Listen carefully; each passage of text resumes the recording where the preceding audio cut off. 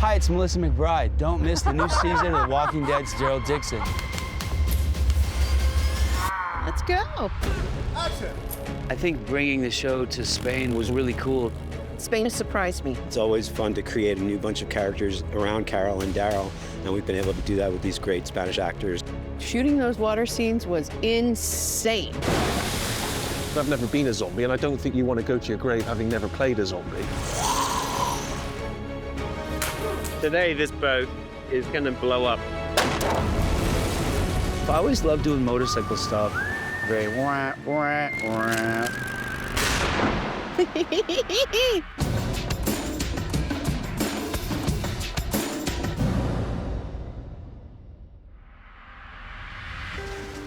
Been staring at that can since the tunnel. Can't even remember my last hot dog. Maybe we should save these for a special occasion, or, you know, to trade, if we ever find anybody.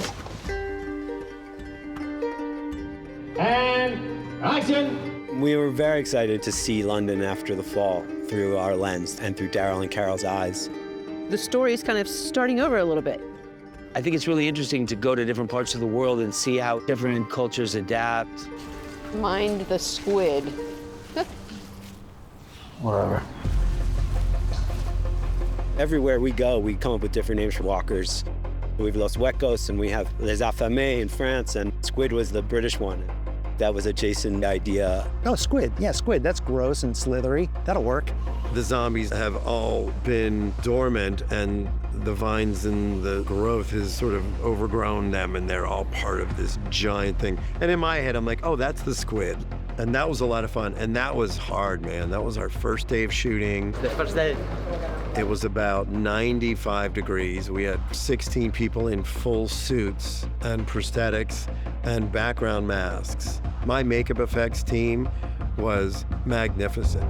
Anytime you get into the post-apocalyptic world and you get to do what Norman and I call the zombie travelogue, it's always fun because that's what people want to see. They want to see what Big Ben looks like when there's nobody around. We're shooting in Spain for London. And we had to change a lot of the architecture. The whole street had to be changed. Everything that goes above 3 meters is made in CGI. And also the sky, and we're going to break the windows that we can't break on the real streets. We're here in the center of Madrid. It's kind of extraordinary. I arrived, I was like, why did I come all the way to Spain? I could have done this near my house. But they've done an incredible job. It's really quite breathtaking. In order to give that authenticity, we went and got period-appropriate buses from London. We had construction department built to film this because they're actually a luxury item now. And we leaned into the art department being able to prepare the things that were necessary to keep it as authentic as possible. We built the interior in another location with a big blue screen outside to match it with the streets. We did everything we possibly could do to integrate it so that we could actually present something that I think is going to look pretty astounding when it's all put together.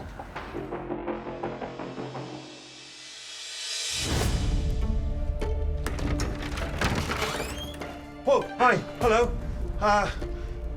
Come in peace. What happens to a place when everybody from the place is no longer there? There's going to be a last guy. So where'd all the people go? You're looking at him.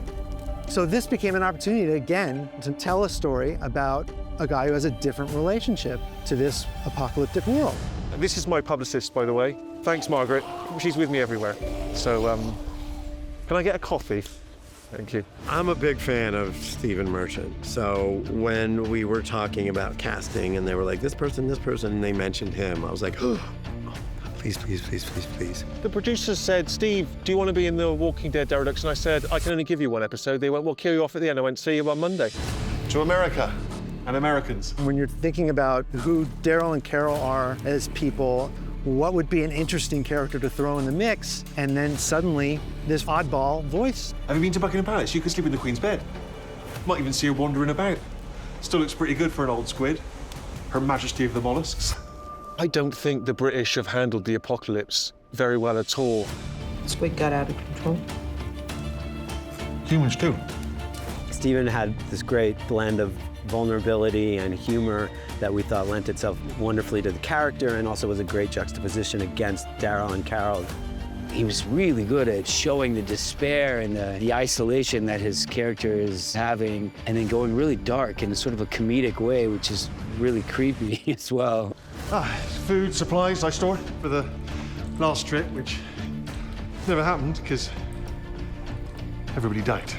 When I first met him, I said something really dumb like, oh, thank God you're here, because you know how exhausting it is trying to be the funniest person on set? And then I spent the remainder of his time trying to convince him that I was like really super funny. If the wind keeps up, we'll make North America in 11 to 17 days. Fuck yeah! We're going home. The boat in the story represents the chance of freedom, the chance of returning home. Our boat became a character as well. We often moved the boat to the water tank. So you can kind of see the ocean in the background in a certain direction, and then everywhere else there's blue screen. We made some wave machines, specially made, so we can rock the boat around. The water just starts rocking and instantly you're seasick. Well, that's the thing with sailing. One never knows what awaits you on yonder shore. We had rain towers and water cannons. It hits you in a way that your ribs vibrate because it's like, boom! And then also we had a lot of wind and some smoke machines. I remember looking over at Melissa and she was just like, boosh, and it kind of looked like, you know, when you have to give your cat a bath, and you're like, aw. She kind of looked like that a little bit. And it was very, very cold. Shit, this isn't her name, is it? No. I think probably my favorite scene to shoot was turning into a walker, right? I mean, that's every boy's dream, to be a member of the living dead. I like to think that I might be the tallest they've ever had. I'm 6'7" tall, so I'm hoping I might set some kind of zombie height world record. It was much harder than I expected. I hope it's convincing.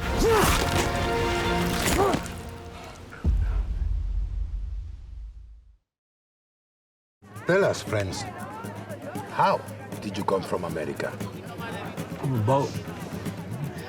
And a plane. And another boat. Maybe this time we'll try a blimp. How crazy is it that Daryl and Carol's journey took them to France and then Spain? It's bonkers, of course. Spain has its own energy. Spain is passion, Spain is fire. To dial up the scale and scope for season 3, a lot of it is leaning into the Spanish environment, the Spanish architecture, the Spanish culture, the Spanish geography. You feel it in every frame of film. We really utilize the country. We go big, we go exterior. I didn't realize Barcelona was so big. The Spanish culture have a lot of beautiful folklore, and our traditions can give some color in this season. How can this be The Walking Dead, but be The Walking Dead in a different world, in a different environment? It's just been a total voyage of discovery. You like churrasco? Barbecue. Bringing the show to Europe is really smart because it's the whole world who is in this situation. We brought in a Spanish director because we're in Spain, and it's always important to try and find people who have the voice of the country that you're in. And Scott? I'm a nerd. You know, I love horror movies, and I love zombies, and I love walkers. I love The Walking Dead. And we've got 2 Spanish writers in the room. They're going to bring something that you never could have expected because they're from here.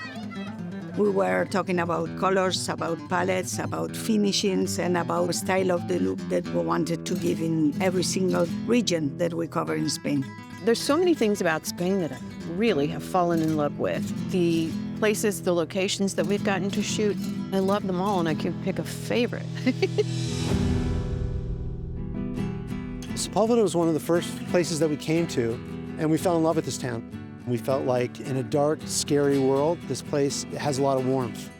It had this wonderful square in the middle of it, surrounded by buildings and balconies.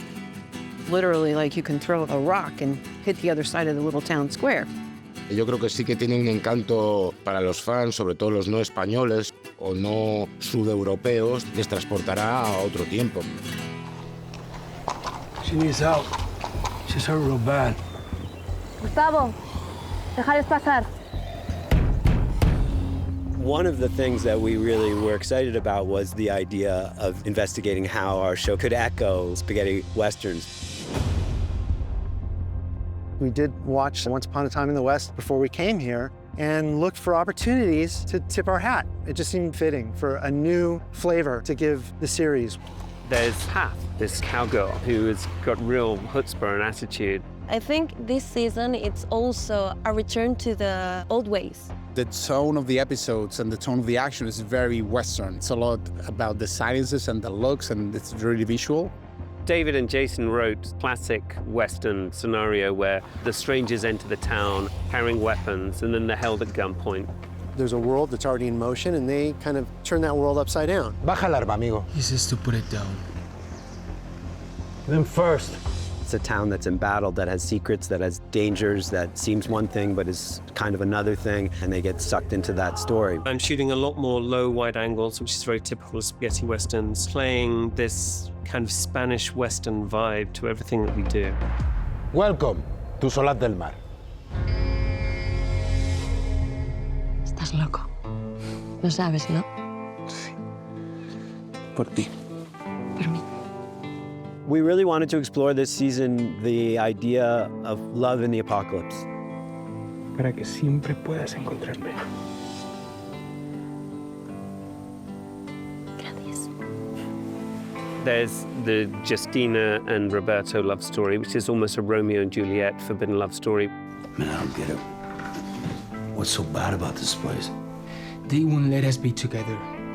We've seen Daryl go through something with Isabel, and over the course of the season, Daryl continues to kind of struggle with the aftermath. He's learning how to process his feelings, to express his grief. Love in this unpredictable world feels even more intense and meaningful. And then we have a really gorgeous story between Path and Elena, and it's one of the most satisfying and lovely love stories of the show. Having the chance to develop this relationship was beautiful. There's one scene which is the surprise revelation that Path and Elena are in a relationship. It's one of the most delicate, gossamer, soft scenes. Just such a joy to do a scene like that and get away from all the mayhem and horror and get into the emotion of characters in a very poetic way.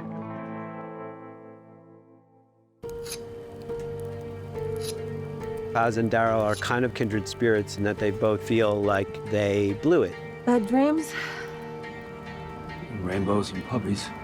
Daryl, I think, still harbors a sense of responsibility and guilt that he didn't save Isabel. He lost someone too. I've lost a lot of people. And with her, she failed to save Elena when she feels she could have back in the day. She has this past that haunts her, but she's also very resilient. We need to find my friends. Hope these ain't your friends. Paz was a character that really fascinated us from the beginning, played amazingly by Alexandra. This is so exciting. She's the sweetest, kindest, like, most gentle person. I didn't watch The Walking Dead in the beginning because I was afraid. But she's very good at wielding those knives, and she's good at riding that horse, and she's good at stabbing walkers in the head.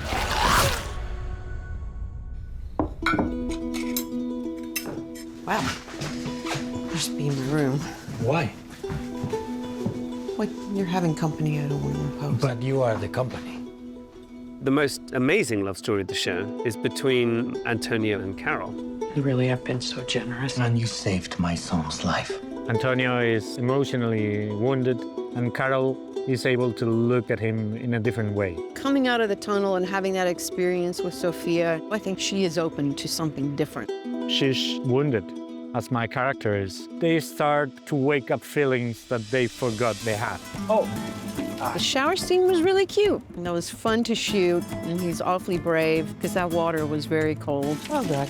And we did take after take after take. The shower scene was also meant to sort of point out a difference between American and European sensibilities. But the water is still warm if you want to also shower. The more modest American point of view and a looser European attitude. After it's finished. I actually prefer a scene with two people in a room too afraid to say they love each other than giant action scenes. They're really delicate and beautiful, and one wrong beat can break it. I'm gonna say this. Better. Maybe her finding love and like, this is nice here. Like, maybe you could settle here. It's a responsibility to be Carol's love, because Carol is a beautiful character loved all over the world. Where I come from, you can just say it's complicated. It's complicated. You know, when two actors as good as Eduardo and Melissa have to do this kiss, they've known for months that they're coming to this moment. You want it to work and you want it to be believable. Gentleman doesn't speak about kiss. Filming the kiss, I don't know how you prepare for a thing like that. She didn't think that was coming, for sure, and it really did catch her off guard. The director, Dan Percival, came to me and he said, just let it go. I didn't know exactly what he meant, but I just let it go. Thank you.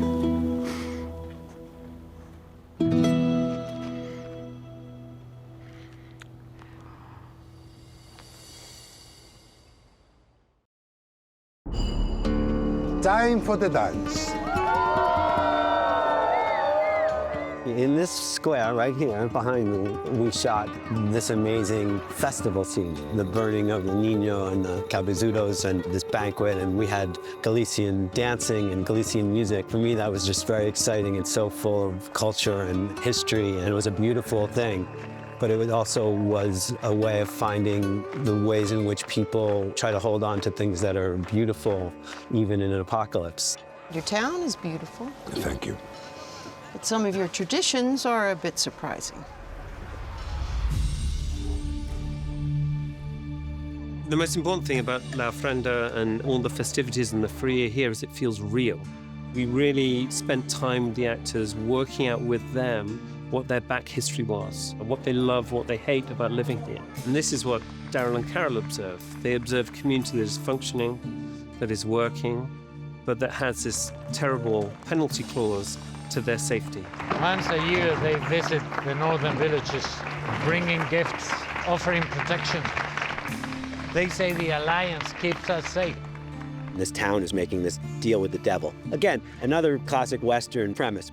We wanted Daryl and Carol to have to be engaged in a rescue mission. At the same time, we're talking about Spanish culture, Spanish history. To take those cabezuelos heads, Cabezudos. heads, sorry, thank you. These heads are cabezudos. These are typical Spanish big heads that we use in many holidays all over Spain. Creo que fue una idea maravillosa el introducir esos cabezudos que están tan presentes en la cultura española, la catalana, la valenciana y la vasca, ¿no? Yo creo que fue muy buena idea y creo que de alguna manera a mí me hizo mucho más creíble esa secuencia.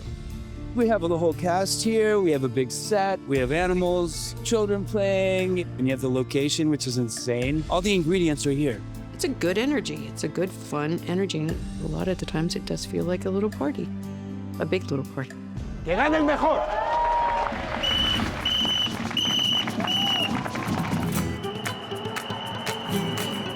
Our stars are the pigs. They are all females. They're so great. They just have 4 months. And they're babies, but they're like 30, 40 kilograms. Beautiful.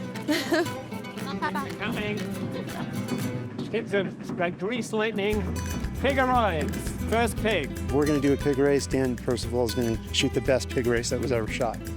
I grew up on a farm, I raised pigs, so I'm very comfortable around pigs. We breed them and we train them just for this film. They are very smart and we use a special sound every time we feed them. They know what we are asking for them once we do the sound. What an interesting way to have a lottery, whichever little piglet comes in first. It's a sad storyline.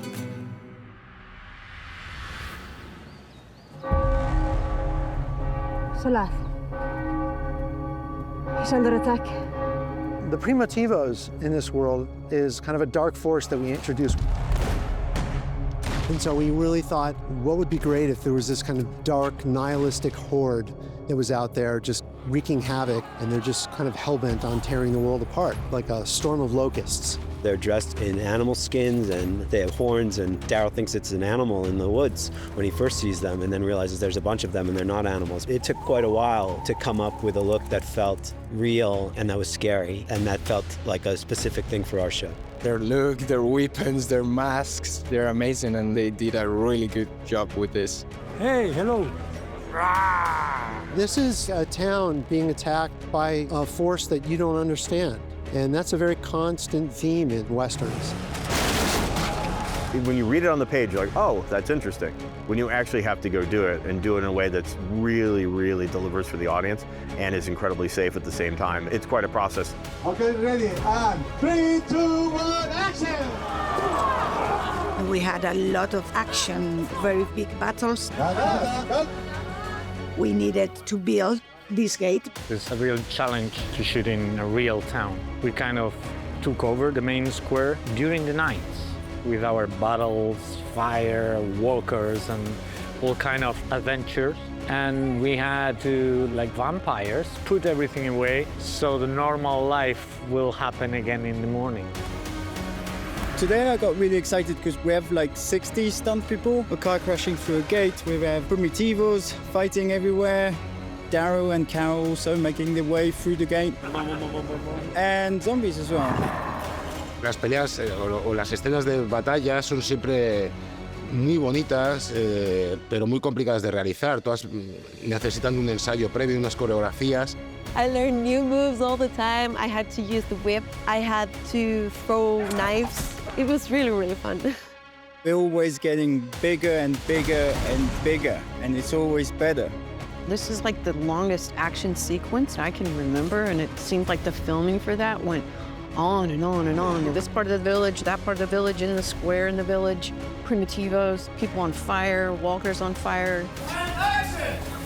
We had a lot of people on fire, which is always wild because you don't want to mess up. The safety that had to be done with the fire and protective services, ambulances, all these pieces require incredible coordination. They cover themselves in this gel, and the gel is freezing. It's a bunch of big stunt guys looking really scary, and they're freezing, and then they light them on fire. And I'm like, is it hot in there? And they're like, no, not at all. When someone catches on fire, when they hit the ground, that's code for put me out. So I'm very cautious in fight sequences to watch when someone hits the ground.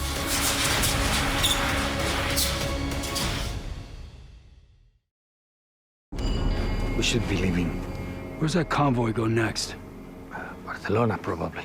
They go through there before heading south. I'm coming with you. Faster, I'll Daryl. They need you. Both of them. I'll be back in a few days. All right? Hot dogs.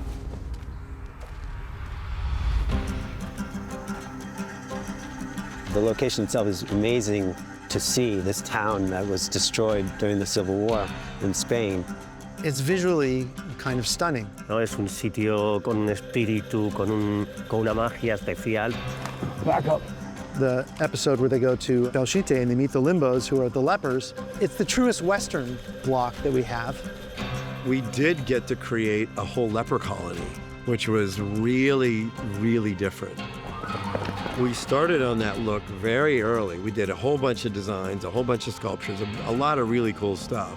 I thought it was a brilliant idea. And that's another fun aspect, is to see Daryl kind of connecting with them. They're outcasts. He's an outcast. Why do you all live here? They have no other place. No one will have them. And he ends up connecting with the humanity of these people. Bring our water. You want me to bring your water back? 4, 5 days, no water, no life. And then he kicks into full hero mode. We have to fight them. Fight. You understand me? Fight. I like doing motorcycle stunts. It's wild, that bike here, because there's so much weapons attached to it. And then I'm drawing shotguns here, and I'm flipping them like I'm Terminator, which was fun to do, but there's a lot going on, you know? We had to do all these bike crashes and not touch any walls or destroy anything. Bang! We have a really good stunt team. Seb and my stunt double Gaetan's were really good. The week was crazy. So many action, motorbike, falling, fighting, zombie. So yeah, it's intense.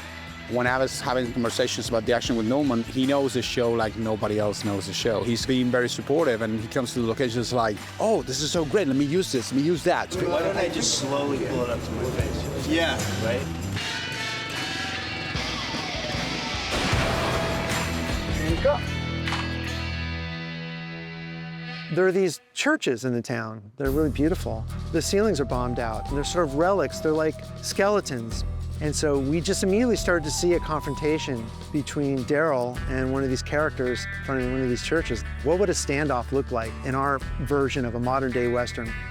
And what winds up happening in the town is a really spectacular and incredibly unique action sequence. The showdown between me and the bad guy on the bikes I really like because it's a very wah, wah, wah moment. It kind of reminded me of in Mad Max Road Warrior, the guy with the white mohawk. I like that, going in and slicing him.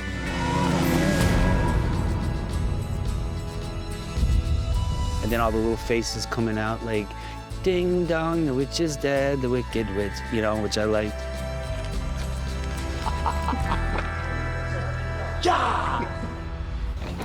We've got Daryl attacking a zombie train.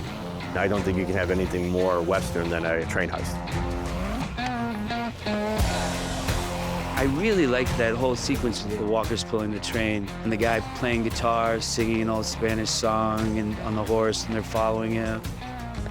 We come up with lots of these ideas in the room, and I, in the back of my head, had an idea about zombies pulling a train through the desert. And I don't know, what would be in that train? We knew that water was hard to find, so we knew that they had been stealing water wherever they could and storing the train. There had to be a tanker in there, and they're growing pot.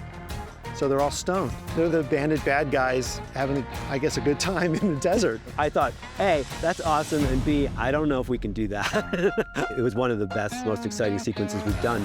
Taking all those wonderful elements of a Western, taking all the wonderful elements of what our universe is and kind of like melding them all together.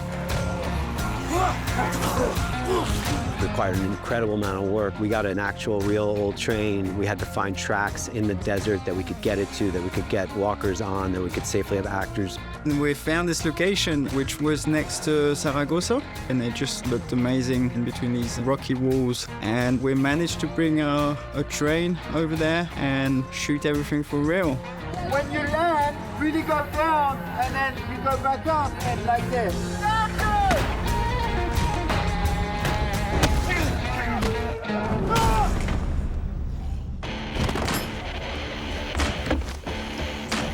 Uno de los grandes desafíos era ponerle a estos 120 zombies a tirar del tren. Y en las primeras filas yo he añadido cascabeles, cencerros, también para crear un poco de atmósfera ruidosa, para lo cual se ideó un sistema de cadenas con cinchas, arneses, grilletes y bueno, todo tipo de cuerdas variadas. For health and safety, they had like these magnet rigs on each zombie so they could all run away. The train is heavy VFX. We have to add more zombies in front of the train, and as well we have to remove the engine that was pushing the train. Also, to have a more epic location for the train, we will enhance everything. It was a beautiful set. We used a very, very beautiful old train, and we rearranged it, completely changed it in the interiors. For me, it's one of the strongest images in this season. It's like a big shootout inside of the train. So we prepared the whole set with squibs, breakaways, vases, breakaway tables, all the kind of like sparks and everything in there. We made breakaway windows, because like when the actor comes in, he jumps in. It was really fun. I love that guy that I end up drowning in the bathtub. He was really fun to work with. I actually kept his bathrobe, his big, bloody, dirty cheetah print bathrobe. Like, I kept it. It's my bathrobe in Spain. That whole sequence was great. It was kind of my favorite episode, to be honest. I think it's everybody's favorite episode. Okay.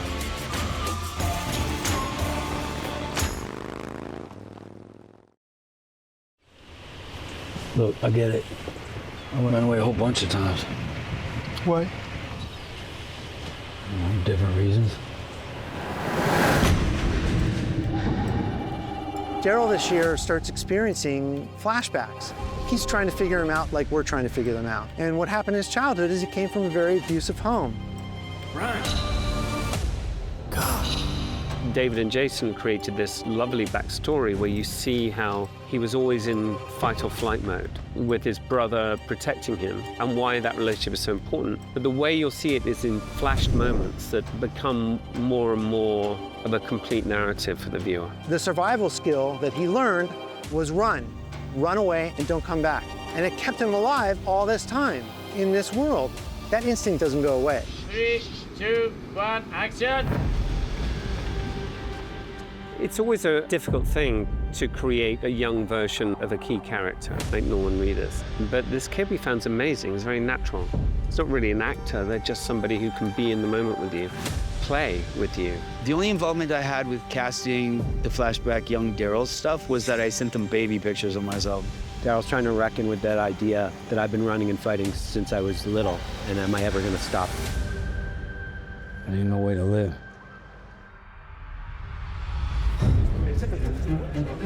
Living the dream. This is my house. This is my castle. This is a 14th century building. It's a luxury to be shooting here right now. We are in Sevilla now. We're in a beautiful place. It's El Alcázar, which is my home. It's lovely to film here. All the art department is doing a beautiful job. The house actually is amazing. This is the royal residence, where the Spanish monarchy lives and holds their celebration and ceremonies. Welcome to Spain's glorious past. We can tell about the architecture and all the influences of these different cultures. Spain's history is tens of thousands of years old. Spain was divided into many, many kingdoms, and this is one of them, El Alcázar. And this kingdom is demanding, in repayment for weapons and protection that they afford, they will take a young bride. Mira, vas a estar preciosa. Por favor, Elena, me tienes que ayudar.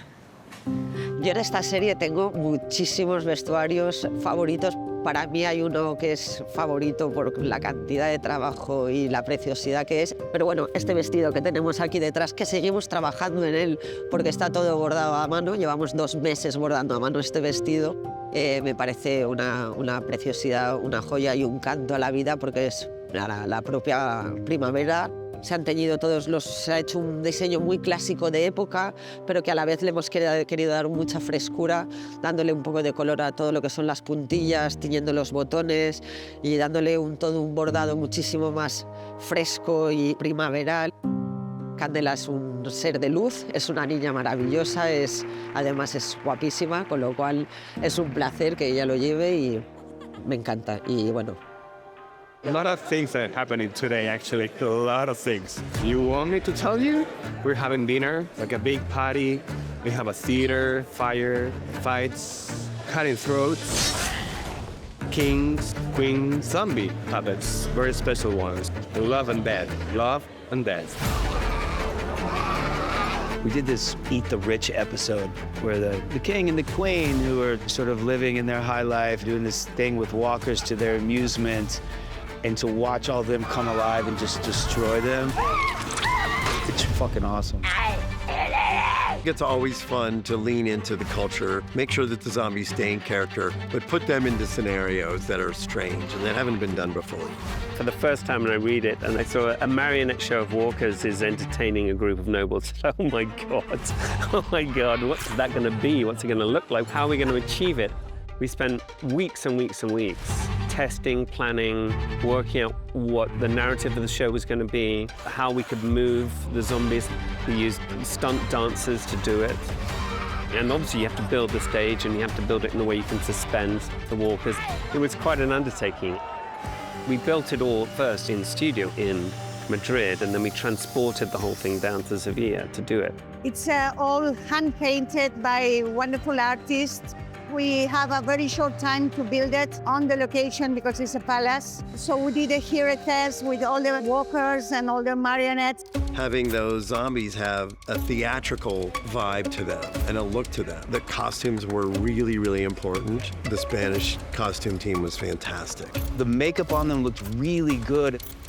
It's 30 seconds of the show, some weeks of prep and testing and practice and choreography, and it's glorious. It's a glorious scene, and it's a real treat for the audience. The first rehearsal, they opened the curtain, and everyone was shouting, screaming. My heartbeat started to beat like really, really fast. It's a little bit of the macabre. It's a little bit of the outrageous, which it's supposed to be. It's just a cascading series of chaos. You have people fleeing, you have walkers attacking people, the palace being caught on fire. I couldn't watch it burn. It leads to a really wonderful series of sequences where Daryl and the people inside have to try to fight or figure their way out of it. I usually get a little scared, nervous before shooting that kind of action scenes, but everything went perfectly. I think you have to be very patient to do these kind of scenes because there's a lot of things going on and it takes some time. It's very nice to see so many things going on, and we're filming with 4 cameras, which that's very new for me, and it's very fun to watch them work. In a world taken over by walkers, not even the King of Spain is safe of their bites. It's kind of like when you take a poodle and you put makeup and eyelashes on it and then put it in a little outfit and you're like, that's ridiculous. But then the little poodle bites the throat out of its owner and you're like, go poodle. It was kind of like that. This whole time I've been trying to get home. Why the fuck did I leave in the first place? Jason and I were working on the finale. We knew that we wanted all these people to come together in some kind of exciting sequence. Ultimately, we thought, let's frame it like a Western gunfight. The showdown in Salat reunites Carol with Daryl in a surprising way. But the town square becomes this arena, if you like, for this punishment of anyone who stands against Fede. So, oh my God, there was a lot going on in this scene. There's so many scenes in the show where there are multiple characters, multiple events, multiple people, hundreds of extras. And I quite enjoy that, but it's a Herculean task making it all work. Let's go. It's an important difference that characters aren't just being rescued by our heroes, but that they're finding a strength that's within them that they're able to activate. It was really fun to shoot the shootout at the end and all of that going on, but I have a tendency to give hero kills and hero moments to actors around me, especially towards the end of the series. Like, people are starting to fight for themselves. I like to watch that better than I come riding in on a white horse and save people. Hey! We wanted to make sure that Candela had a moment of real heroism, because Candela said to me at one point, am I gonna get to kill a zombie? When can I kill a zombie? Yeah, that's true. How do you know that? Norman himself taught me how to kill walkers, so that was so special. Cut! Got there! We're looking for some solace in the story, which we get some of. We get Justina and Roberto reunited. We separately have Paz and Elena reunited, but we don't get the final solace by the sea, which would be getting on the boat and heading home. You are gonna die here and roam around La Costa da Morte until the flesh rots off those hueco bones. I will tell you, after being in the rain and the mud and the surf for weeks and weeks on end and dealing with this boat, the entire cast and crew was both in awe of what we did and super happy to see it burn. Steven was really excited to burn it to the ground. Like, he was ready to pop champagne when we finally got rid of the boat. And action! Help me! It was the end of that part of the story, and we had done it successfully despite everything the weather had thrown at us, everything the geography had thrown at us, and we did it happily, we did it safely, and we did it as a full team. There were very happy cheers and applause when it was on fire, when we were able to stop the camera. That was very, very good, everybody. It was a big moment, certainly, and it was challenging and fantastic, and yes, it was a big relief. The art department, Barbara and her team, they built a big boat, a fake boat, because we couldn't burn the real one. And we prepared it with gas tubes and propane, put sparks in it, and that's when they ignited a boat that catch on fire. Once the boat was already lit, we put some gas explosions there, some gas poppers. So we put a lot of them. When the boat burns, it represents all hope is gone. Once again, our heroes are stranded and therefore able to have a new adventure.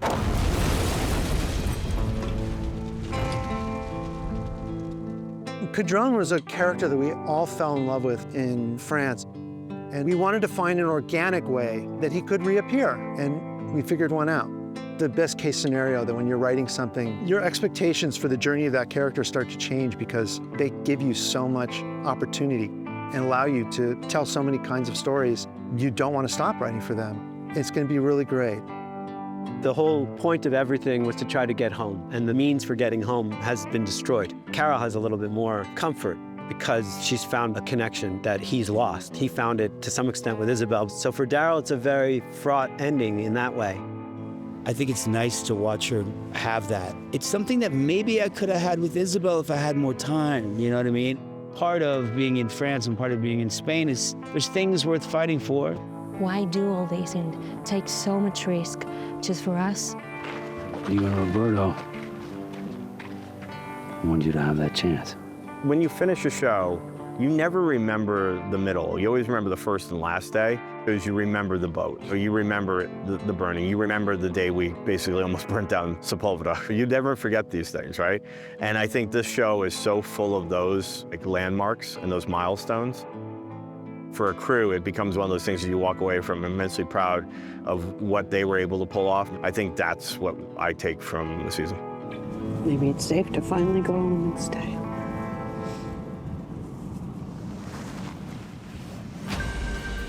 I'll be forever grateful to be part of the Walking Dead universe. It's been like a dream. It is the favorite series of my father, and being able to be part of this, it's really powerful. And well, I guess my daughter has to be proud. I felt really privileged to play Beth. I embraced the difficulty of the project and the character, and I had so much fun. I didn't come all this way to give up again, you know? They just created such an amazing mythology. There are so many vivid characters. It has been a real privilege, and I'm very honored to have been asked. We'll follow your lead. I feel really proud, and at the same time, I think it's a responsibility because it's a show that everybody loves and everybody knows. You are not safe here. And Alcázar will still want justice. It's such a beautiful evolution and journey coming into this world. There's just such great story and pacing and really letting the scenes breathe and getting to know the characters. We love making this stuff and we fall in love with the stuff. One action! Our zombie stunt players are the MVPs of like every season. These people get lit on fire. We push them off buildings. We run them over with cars. We make sure everybody's safe, but we're actually in there doing it. 3, 2, 1, action! This season, it's ridiculous. It's awesome. First France, then Spain. What's next? It's a wrap. Yeah. Bye.